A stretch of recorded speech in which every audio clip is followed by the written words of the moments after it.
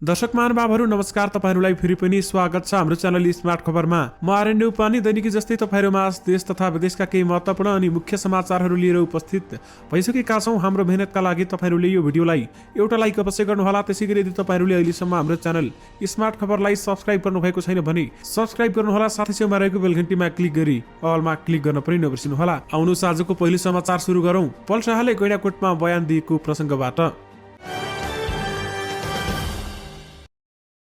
किशोरीलाई बलात्कार गरेको आरोपमा कलाकार पल शाहले गैंडाकोट स्थित सरकारी वकिल समक्ष बयान दिएका छन्।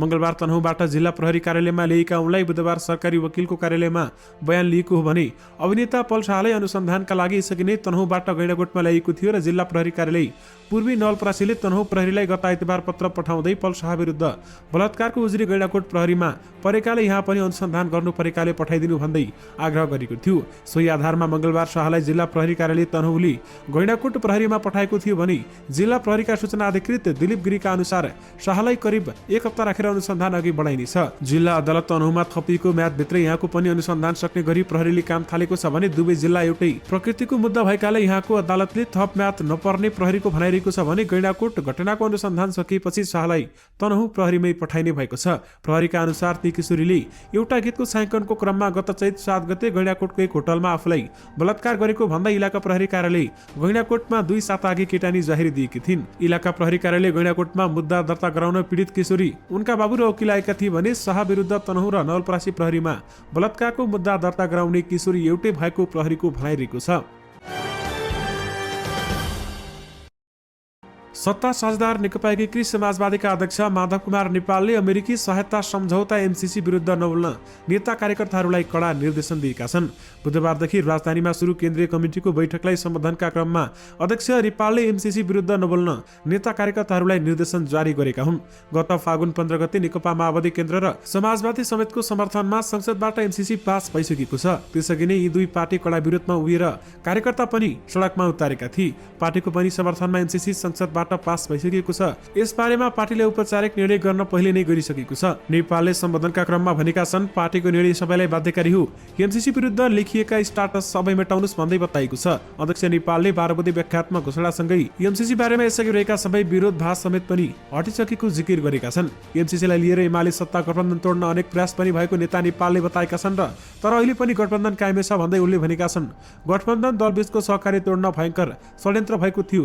ती षड्यन्त्रलाई हामीले विफल पारेका छौं। अध्यक्ष नेपालले 2 पटक आफ्नो पार्टीले एमालेसँग चुनावी प्रतिस्पर्धा गरेर जितेको पनि बताएका छन् र अब पनि त्यसै गरेर अघि बढ्ने योजना रहेको उनले बताएका छन्। एक्लै जित्ने अवस्था नभए पनि राष्ट्रिय सभा निर्वाचनमा पनि सत्तारूढ गठबन्धनसँग मिलेर केपी ओलीलाई आफ्नो पार्टीले पराजित गरेको समेत उहाँले बताउनु भएको छ। गृहमन्त्री बालकृष्ण खाँडले एमसीसी राष्ट्रको हितमा हुँदाहुँदै पनि यसबारेमा अनेक भ्रम फिजाइएकाले कार्यकर्ताले यसबारेमा जनतामा प्रश्न पार्नुपर्ने बताएका छन्। उनले एमसीसी बारेमा जनतामा फैलाएको भ्रम चिर्न कार्यकर्तालाई समेत आग्रह गरेका छन्। नेपाल प्रेस युनियन रूपन्देहीले स्थापना गरेको जीपी कोइराला स्मृति पत्रकारिता पुरस्कार वितरण समारोहमा आज रूपन्देहीको मणिग्राममा गृहमन्त्री खाँडले एमसीसी अनुमोदन गरेकै कारण निर्वाचनमा हुने क्षतिलाई रोक्नका लागि मतदातामाझ प्रश्न पार्न जरुरी रहेको बताएका छन्। उनले भनेका छन्, सरकारमा हुँदा होस् वा प्रतिपक्षमा हुँदा होस्, कांग्रेस एमसीसीको पक्षमा उभिएर संसदबाट अनुमोदन गर्न सफल भयो। गृहमन्त्री खाँडले सञ्चारकर्मीहरूलाई पनि एमसीसी बारेमा सत्य तथ्य उजागर गर्न आग्रह गर्दै सरकारमा रहेका दल र तिनका नेताहरूले नै एमसीसी बारेमा भ्रम फैलाएको बताएका छन्। उनले संसदले अनुमोदन गरेको व्याख्यात्मक घोषणामा एमसीसीमै भएको कुरा उल्लेख प्रष्ट भएको बताएका छन् र गृहमन्त्री खाँडले आगामी निर्वाचनमा कांग्रेसले नजित्ने हो भने मुलुक अन्धार युगतर्फ प्रवेश गर्ने बताउँदै भनेका छन्, लोकतन्त्रको रक्षा र नागरिक तथा प्रेस स्वतन्त्रताका लागि पनि कांग्रेसको आवश्यक छ भन्दै बताउनु भएको छ। यानि कि एमसीसी बारेमा भ्रम चिर्न गृहमन्त्रीले कार्यकर्ताहरूलाई आग्रह गरेका छन्। चम्सुरी नामले चर्चित हास्य कलाकार पल्पसा डंगोलको बुधबार मृगौला प्रत्यारोपण हुँदैछ। त्रिवी शिक्षण अस्पतालमा महाराजगञ्जमा उनको एउटा मृगौला प्रत्यारोपण गर्न लागेको हो भने नेपाल चलचित्र कलाकार संघका अध्यक्ष रविन्द्र खड्काका अनुसार अपराह्नमा उनको शल्यक्रिया पूरा भइसकेछ भन्दै बताइएको छ भने भाइ नाता पर्ने एक व्यक्तिले उनलाई मृगौला दान गरेका हुन्। प्रत्यारोपण पछि पल्पसा एक साता अस्पतालमै रहनुपर्ने भने मृगौला दान गर्ने व्यक्तिले 4 दिन आराम गर्नुपर्नेछ। मृगौला प्रत्यारोपण गर्न 12 लाख रुपियाँ खर्च हुने समेत जनाएको छ। त्यो खर्च जुटाउन संघले पहल गर्ने अध्यक्ष खड्काले जानकारी दिनुभएको छ। खर्च जुटाउन कलाकार संघको तर्फबाट समिति बनाउने तयारी गर्दछन् उनले भनेका छन्। चलचित्र विकास बोर्ड मातहतको कल्याणकारी कोषबाट समेत सहयोग गर्न पहल हुनेछ भन्दै बताएको छ। 5 वर्ष अघि नै पल्पसाको मृगौलामा समस्या देखिएको थियो। हास्य टेलिश्रृङ्खला मेरी बासीमा सुरुदेखि नै अभिनय गर्दै आएकी उनी 6 महिनापछि गत कार्तिकमा 30 गते उक्त टेलिफिल्ममा फर्केकी थिइन्। विशेष गरी कलाकार पल्पसा डङ्गोल चम्सुरीको मृगौला प्रत्यारोपण गरिँदैछ। नेकपा एमालेका अध्यक्ष केपी शर्मा ओली आज मोरङको रङ्गेलीमा आउँदैछन्। रङ्गेली नगरपालिकाका मेयर दिलीप बगडीलाई पार्टी प्रवेश गराउनका लागि आज दिउँसो अध्यक्ष रङ्गेली आएका हुन् भन्दै बताइएको छ भने बडीगार्डको पार्टी प्रवेशका लागि एमाले रङ्गोली जनसभा राखेको छ भने सभामा पार्टी प्रवेश कार्यक्रम राखेको एमालेका मोरङ सचिव रूपेश खतिवडाले जानकारी दिनुभएको छ। उद्योगी बगडिया माओवादीबाट रङ्गेलीको मेयरमा निर्वाचित भएका थिए भने मेयरको कार्यकाल सकिने लाग्दा उनी एमाले प्रवेश गर्न लागेका हुन्। एमाले प्रवेश गर्ने तयारी गरेपछि माओवादी केन्द्रले बगडियालाई फागुन 15 गते पार्टीबाट निष्कासित समेत गरिसकेको छ। नेपालमा सुनको मूल्य कीर्तिमानी बिन्दुमा पुगेको छ। आज छापावाला सुनको मूल्य प्रति तोला 1,05,500 रुपियाँ प्रति तोलामा कारोबार भइरहेको नेपाल सुनचाँदी व्यवसायी महासंघले जानकारी दिएको छ। यो अहिलेसम्मकै उच्च बिन्दु हो। अघिल्लो दिनको तुलनामा 2500 रुपियाँ प्रति तोला बढेको सुनको मूल्यमा रुस युक्रेन युद्धको प्रत्यक्ष प्रभाव देखिएको छ। तेजाबी सुनको मूल्य भने 1,05,000 रुपियाँ प्रति तोलामा कारोबार भइरहेको छ। चाँदीको मूल्य आज 1450 रुपियाँ प्रति तोलामा कारोबार भइरहेको महासंघले जनाएको छ। चाँदीको मूल्य अघिल्लो दिनको तुलनामा 40 रुपियाँले बढेको छ भने सुनको मूल्य यसअघि 1,03,500 रुपियाँमा पुगेर फर्किएको थियो। यानि कि सुनको मूल्यले नयाँ कीर्तिमान बनाएको छ। यो वर्षदेखि माध्यमिक शिक्षा परीक्षा एसईमा सहभागी परीक्षार्थीको लागि उमेर हद नलाग्ने भएको छ। अहिलेसम्म 14 वर्ष पूरा भएकाले मात्र एसई दिन पाउने प्रावधान थियो भने यो वर्षदेखि कक्षा 12 को परीक्षा दिने विद्यार्थीलाई उमेर हद लागू हुनेछ। शिक्षा विज्ञान तथा प्रविधि मन्त्रालयका प्रवक्ता दीपक शर्माले भनेका छन्, अब एसएलसी भनेको कक्षा 12 हो, त्यहाँ उमेर हद लागू हुन्छ, अब कक्षा 10 मा लागू हुँदैन भन्दै बताएको छ। एसएलसीमा कति उमेर हद लागू गर्ने भन्ने कानुनगत अधिकार बोर्डलाई भएकोले बोर्डले निर्णय गर्ने प्रवक्ता शर्माले बताउनु भएको छ। यानि कि एसईमा उमेर हद लागू हुने भएको छ। नेकपा एमालेका अध्यक्ष केपी शर्मा ओलीले सत्तारूढ नेपाली कांग्रेसलाई फाइदा पुग्ने गरी निर्वाचन आयोगले मतपत्रको रङ नै हरियो बनाउन खोजेको आरोप लगाएका छन्।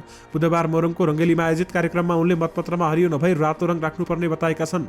मतपत्रको रङबारेमा निर्वाचन आयोगको निर्णयप्रति कांग्रेसतिर झुकेको भन्दै केपी ओलीले भने कांग्रेसको बुढो रुख बचाउन निर्वाचन आयोगले मतपत्रको रङ नै हरियो बनाउन खोजेको छ। निर्वाचन आयोगले 30 वैशाखमा हुने निर्वाचनमा मतपत्र चुनाव चिन्हको रङ हरियो बनाउने निर्णय गरेको थियो भने ओलीले मंगलबार आयोजित कार्यक्रममा पनि आयोगको उक्त निर्णयको आलोचना गरेका थिए। एमाले अध्यक्ष केपी ओलीले कांग्रेसलाई सुकेको रुखको संज्ञा दिएका छन् भने सुकेको रुखको कुरा गर्न आवश्यक छैन, पात मात्रै झरेको छैन, रुख नै सुकेको छ भन्दै उनले भनेका छन्। विशेष गरी कांग्रेस बचाउन चुनाव चिन्ह हरियो बनाउन खोजियो भन्दै केपी ओलीले बताउनु भएको छ।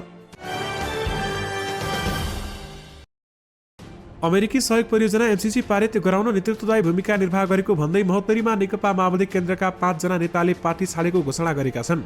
माओवादी केन्द्रको मधेस प्रदेश कमिटी सदस्य तुली प्रसाद ढुङ्गाना, रामबहादुर राणा, राजन प्रसाद ढुङ्गाना, बर्दियावास नगरपालिका 3 का वडा अध्यक्ष नरन बहादुर खनाल र अखिल नेपाल महिला उनीहरूले बुधबार संयुक्त विज्ञप्ति जारी गर्दै पार्टी छाडेको समेत बताएका छन्। एमसीसी देश र जनताको हितमा नभए पनि पार्टी नेतृत्वले त्यसलाई पारित गराउन नेतृत्वदायी भूमिका खेल्यो भन्दै संयोजक ढुङ्गानाले भनेका छन्। यस्तो पार्टीमा अरू केही नेता कार्यकर्ताले पनि पार्टी परित्याग गरेको र उनीहरू पनि पछि सार्वजनिक हुने बताइएको छ। यानि कि एमसीसी को विषयलाई लिएर महोत्तरीमा 5 जना नेताले माओवादी केन्द्र छाडेका छन्।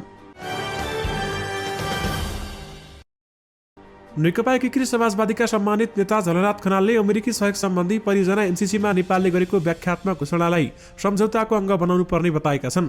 बुधबार काठमाडौँमा जारी केन्द्रीय कमिटीको बैठकमा बोल्दै उनले भनेका छन्, हामीले एकतर्फी व्याख्यात्मक घोषणा भनेर जे गरिएको छ त्यसलाई उपलब्धिपूर्ण बनाउनु पर्ने, यसलाई सम्झौताको अङ्ग बनाउनु पर्छ। यही फागुन 15 गते प्रतिनिधि सभाले 12 बुँदे व्याख्यात्मक घोषणा गर्दै एमसीसी सम्झौता अनुमोदन गरेको थियो, तर उक्त घोषणालाई अमेरिकाले स्वीकार वा अस्वीकार गरेको केही भनेको छैन। यही बेलामा नेता खनालले सम्झौताको अङ्ग बनाउनु पर्ने बताएका हुन्। नेता खनालले नेपालले गरेको व्याख्यात्मक घोषणालाई सम्झौताको अङ्ग नबनाई जस्ताको तस्तै कार्यान्वयनमा लगे एमसीसी कम्युनिस्ट र चीन विरोधी हुने टिप्पणी पनि गरेका छन्। एमसीसी अब कसरी कार्यान्वयन हुन्छ यसले व्याख्यात्मक घोषणाको अर्थलाई प्रश्नाउँछ भन्दै उनले भनेका छन् भने अहिलेकै शर्तमा कार्यान्वयन भयो भने यो कम्युनिस्टतिर र चीन विरोधी हुन्छ भन्दै बताएको छ। व्याख्यात्मक घोषणालाई नमान्दा एमसीसी इकलौटी सम्झौता जस्तो हुने र नेपालको भन्दा अमेरिकी हितलाई माथि राखिएको हुन जाने खनाल बताउँछन्। यानि कि एमसीसी को व्याख्यात्मक घोषणालाई सम्झौताको अङ्ग बनाउनु पर्छ भन्दै झलनाथ खनालले भनेका छन्।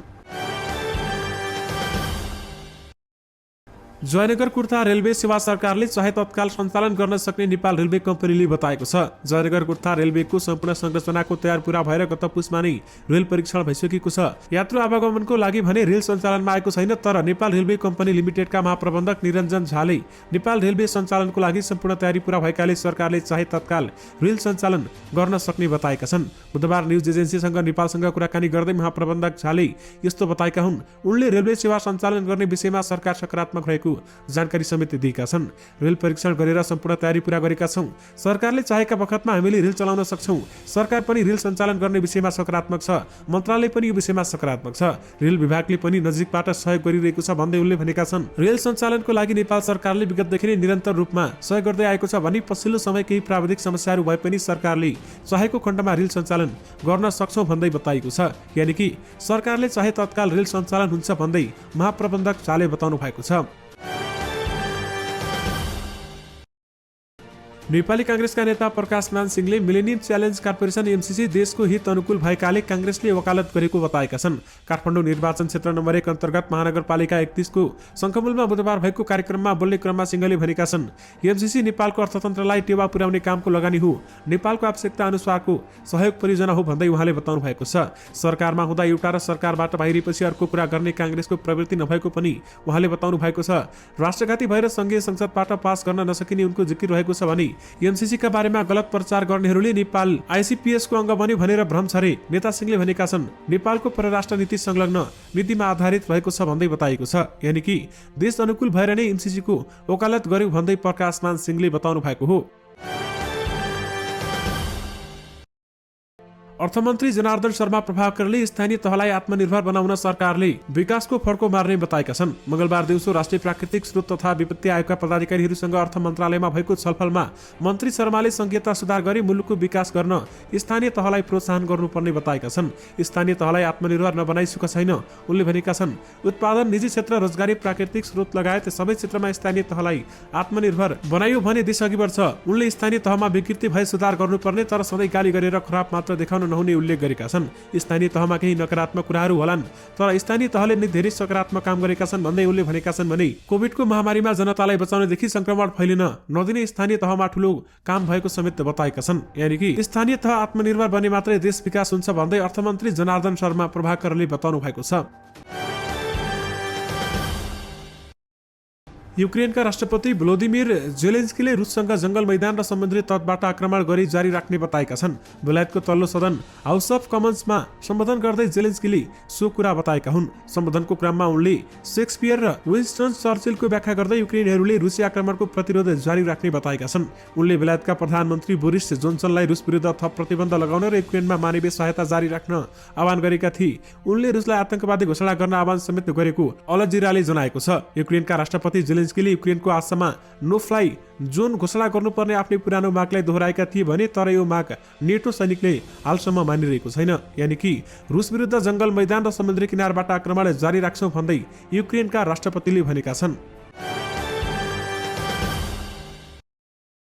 स्वास्थ्य तथा जनसंख्या मन्त्रालयले जुका, डेंगू र चिकनगुनिया रोगको निशुल्क पीसीआर परीक्षण सुरु गरेको छ। मन्त्रालयका प्रवक्ता डाक्टर समीर कुमार अधिकारीले राष्ट्रिय जनस्वास्थ्य प्रयोगशालाबाट निशुल्क पीसीआर परीक्षण सुरु गरिएको जानकारी दिनुभएको छ। उनले लक्षण देखिएका व्यक्तिहरूलाई परीक्षण गराउन आग्रह समेत गरेका छन् भने यसअघि कोरोना भाइरसको संक्रमणको पनि निशुल्क परीक्षण गरिएको थियो भने प्रयोगशालाका प्रवक्ता राजेश गुप्ताले विदेशबाट आएका लक्षण भएका बिरामी र चिकित्सकहरूले सिफारिस गरेपछि निशुल्क पीसीआर परीक्षण गर्ने गरेको बताएका छन्। तीनवटै रोग लामखुट्टेको टोकाइबाट लाग्ने गर्दछ भने 81 ज्वरो आउने, थकाइ महसुस हुने, अत्याधिक जोर्नी दुख्ने, वाकवाकी लाग्ने र टाउको दुख्ने, मांसपेशी दुख्ने जस्ता लक्षण देखा पर्दछन् भन्दै बताइएको छ। दिउँसो सुत्दा पनि झुल टाँगेर सुत्ने, घरको झ्याल ढोकामा लामखुट्टे नचिर्ने गरी जाली हाल्ने, सकेसम्म जति बेला पनि लामो बाहुला भएका लुगा लगाउने, लामखुट्टे भगाउने धुपा मलमको प्रयोग गर्न समेत आग्रह गरिएको छ। यानि कि जिका, डेंगू र चिकनगुनिया रोगको पीसीआर परीक्षण निशुल्क गरिने बताइएको छ। पेट्रोलियम पदार्थको मूल्य उच्च हुँदै गए पनि आयात र खपत दर ओह्रालो लागेको छैन। मूल्य वृद्धिबाट उपभोक्ता प्रताडित छन् भने उच्च मूल्य राखेर बिक्री गर्दा समेत ठूलो घाटा सहनु पर्दा नेपाल आयल निगम वित्तीय जोखिममा रहेको छ। पेट्रोलियम पदार्थको बढ्दो समग्र अर्थतन्त्रमा नै धक्का दिने जोखिम देखिएको छ। यसैकारण अर्थतन्त्र र वाणिज्य मामिलाका जानकारहरूले पेट्रोलियम पदार्थको खपत घटाउने गरी गृह कार्य थाल्नुपर्ने बताउन थालेका छन्। सरकारले केही अवधिका लागि बाध्यकारी र प्रोत्साहनमूलक व्यवस्थाहरू गर्न सक्ने पनि उहाँको भनाइरहेको छ। नेपाल आयल निगमले नयाँ तथ्याङ्क अनुसार हरेक दिन 1 अर्ब 23 करोड 35 लाख रुपियाँको डिजेल, पेट्रोल र खाना पकाउने ग्यास आयात गर्छ भने कच्चा तेलको अन्तर्राष्ट्रिय मूल्य थप बढ्ने प्रशिक्षणका कारण यस्तो खर्च अझै बढ्ने निगमको अनुमान रहेको छ। यानि कि अहिले जति पेट्रोल, डिजेल र ग्यासको मूल्य रहेको छ त्यो भन्दा पनि धेरै बढ्ने बताइएको छ। दर्शक महानुभाव, तपाईहरुलाई यस बारेमा के लाग्छ त? हामीलाई यो भिडियोको कमेन्ट बक्समा कमेन्ट गरेर बताउन भने नबिर्सिनुहोला। नेपाल कम्युनिस्ट पार्टी एकीकृत समाजवादीका अध्यक्ष माधव कुमार नेपालले सत्ता गठबन्धन भत्काउने षड्यन्त्र भइरहेको बताएका छन्। काठमाडौँमा जारी पार्टीको केन्द्रीय कमिटिको बैठकमा उनले भनेका छन्, गठबन्धनमा रहेका दलहरूको बीचमा विश्वास छ तर गठबन्धन तोड्नका लागि भयंकर षड्यन्त्रहरू भइरहेका छन्। प्रमुख प्रतिपक्षी दल नेकपा एमाले र अध्यक्ष केपी शर्मा ओलीले अमेरिकी सहयोग परियोजना एमसीसी अनुमोदन गर्ने बेलामै गठबन्धन फुटाउन खोजेको तर व्याख्यात्मक घोषणा मार्फत एमसीसी अनुमोदन गरेर गठबन्धन बचाउन सफल भएको उहाँको भनाइरहेको छ। एमसीसीका कारण गठबन्धन तोड्ने प्रयास भएको थियो। सुरुमा एमसीसी संसदमा लैजाने केपी ओली नै हो, अहिले निशर्त समर्थन गर्ने पनि केपी ओली नै हो भन्दै अध्यक्ष नेपालले भनेका छन्। यानि कि सत्ता गठबन्धन तोड्न भयंकर षड्यन्त्र भइरहेको छ भन्दै माधव नेपालले बताउनु भएको छ। दर्शक महानुभाव, यससँगै तपाईहरुमाझ आजका सबै मुख्य समाचारहरू राखिसकेका छौं। फेरि पनि तपाईहरुमाझ नयाँ रिपोर्टहरूको साथमा उपस्थित हुने नै छौं। अहिलेलाई भने मलाई बिदा दिनुस्। नमस्कार।